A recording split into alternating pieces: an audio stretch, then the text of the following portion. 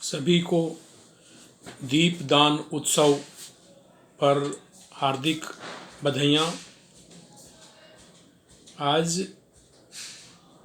12 नवंबर 2023 है और पूरी दुनिया में दीपदान उत्सव मनाया जा रहा है। ये उत्सव जो है गौतम बुद्ध, जिनका बचपन का नाम सिद्धार्थ था, सुद्धोधन के पुत्र थे, उनके जीवन की घटनाओं से संबंधित है। जैसे दीपदान उत्सव से पहले धनतेरस है, जिसके अंदर ये दर्शाया गया है कि जब गौतम बुद्ध ज्ञान प्राप्त करके अपने घर आ रहे थे, तब वहाँ पर अमावस्या का महीना था और उसके अंदर जो कृषक जो लोग हैं वो चावल की जो धान है, जिसको धान बोलते हैं, उसको निकाल रहे थे।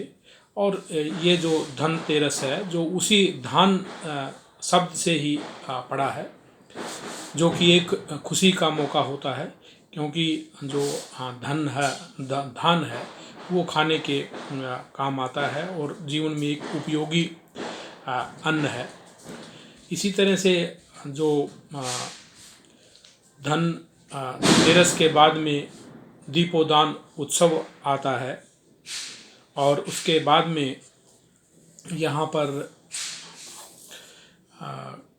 गोवर्धन कहा जाने वाला जो त्यौहार है, वो गौतम बुद्ध का जो धम्म है, जो ज्ञान का जो धर्म है, उसके वर्धन की बात करता है।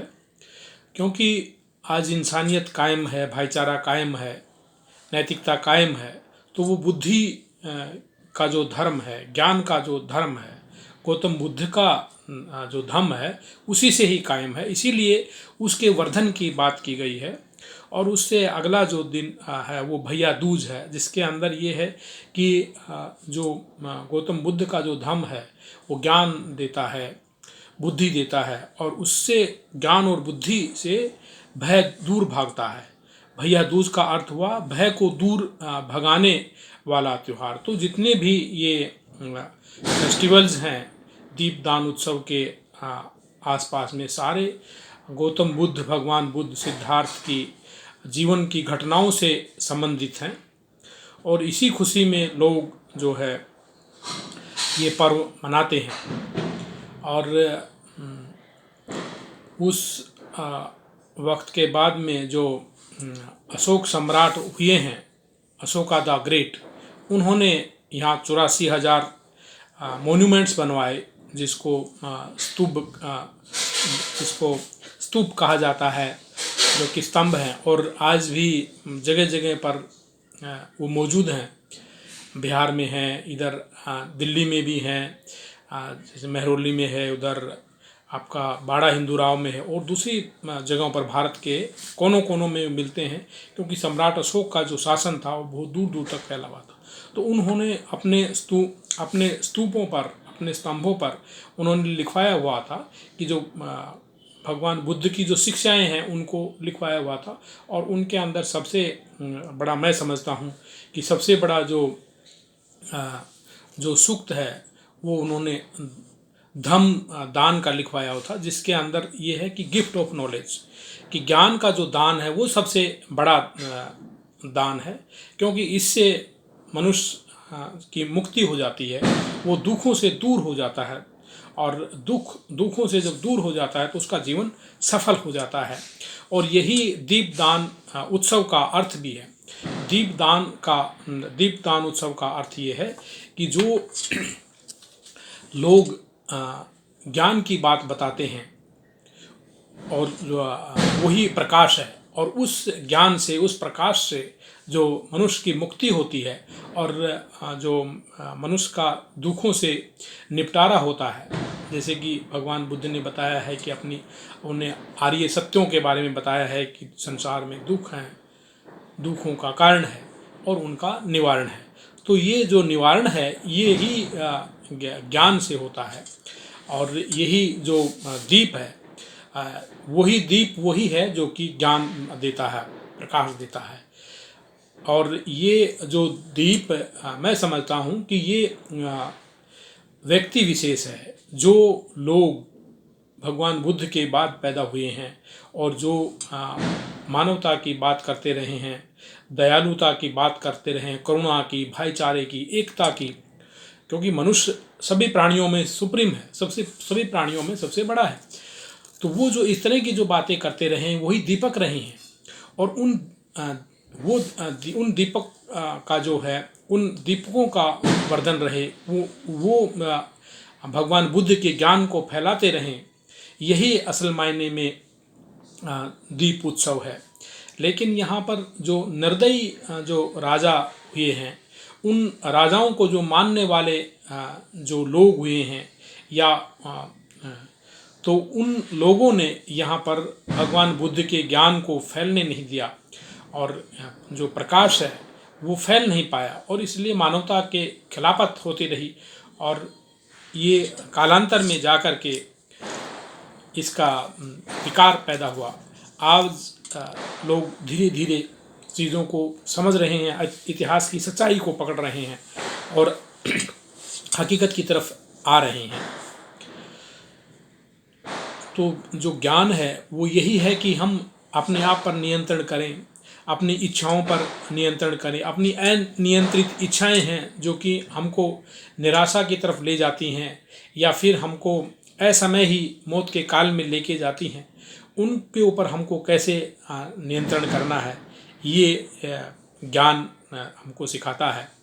कैसे हम अपने आप को ऐसे अनुशासित करें कि हम आपस में प्यार प्रेम से रहें, भाईचारे की भावना से रहें, हम किसी को सताएं नहीं।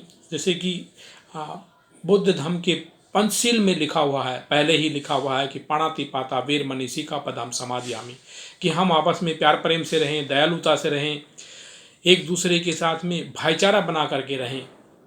तो यही ज्ञान है। क्योंकि जिस मनुष्य के अंदर जीवन नहीं है, जिस मनुष्य का जीवन नहीं है, उसके लिए तो कोई भी संदर्भ नहीं है, उसके लिए सभी संदर्भ बेकार हैं। और जब उसका मनुष्य का जो जीवन है, तो उसके लिए तो उसका जीवन में उसका जो सुख है और प्रेम है, वही सबसे बड़ी चीज़ है। लेकिन आज हम देखते हैं कि जो निर्दयी राजाओं को जो मानते रहे हैं, वो लोग आज आधुनिक काल में ऐसी सरकारें बनाते रहे हैं जो कि निर्दयी जो राजा है उसके सिद्धांतों को अपनाते रहे हैं। और उनके जो सिद्धांत रहे हैं, उनके सिद्धांत ये रहे हैं कि उन्होंने जो मानवीय मूल्य है उनको गिरा दिया है, और मनुष्य में भेद पैदा किया है।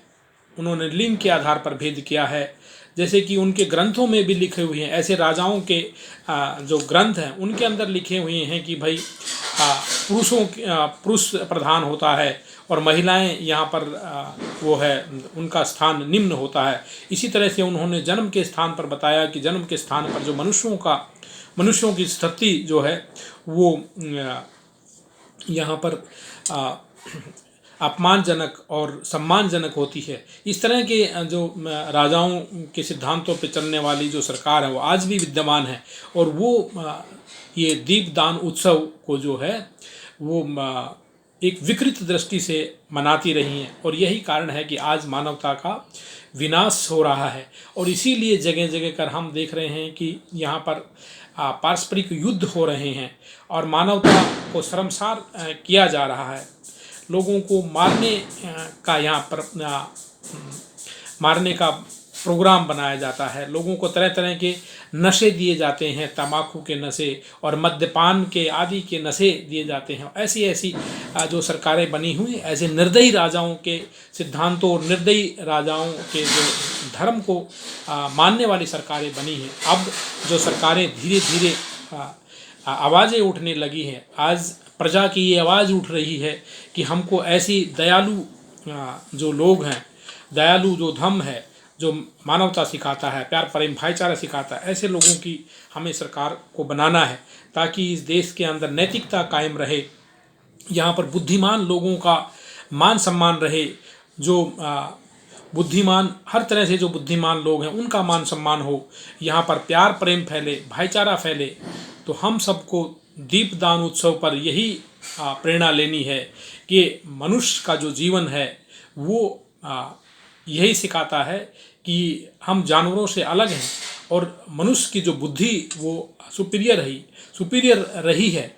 और हर एक भूचाल के बाद, हर एक आंधी के बाद, हर एक तूफान के बाद शांति आती है। आंधी और तूफान में कितने नुकसान हो जाते हैं, कितने पेड़ उखड़ जाते हैं, घर गिर जाते हैं। इस तरह से जो युद्ध की जो बात करने वाले जो लोग हैं, उन लोगों में लोग जो हैं वो निर्दयी राजाओं की तरह से हैं। ऐसे लोगों की खिलाफत करनी है और ऐसे लोगों की खिलाफत एक नैतिकता पैदा करके आपस में एक ऐसा माहौल बना करके करना है कि ऐसे लोगों को ना तो राज सत्ता में आने देना है और न ही ऐसे लोगों को समाज में हावी होने देना है।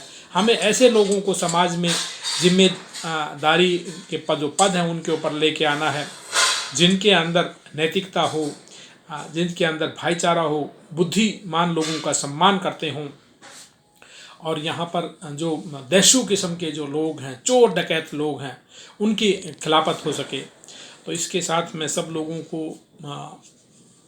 इस उत्सव पर, दीपदान उत्सव पर सबको बधाइयाँ देता हूँ। और जो मानवतावादी और नैतिकतावादी जो धम्म है, जो बातें हैं, उनको हम ग्रहण करके और उनको व्यवहारिकता से लागू करने का प्रण लेते हैं। और सभी को हम एक अच्छे भाव से, अच्छे विचार से सभी को समाहित करने का हम अपना प्रण लेते हैं। इसके साथ सबको साधुवाद। जय भीम, जय भारत, नमो बुद्धाय। मैं डॉक्टर आर के बोध, सोशल एक्टिविस्ट, दिल्ली।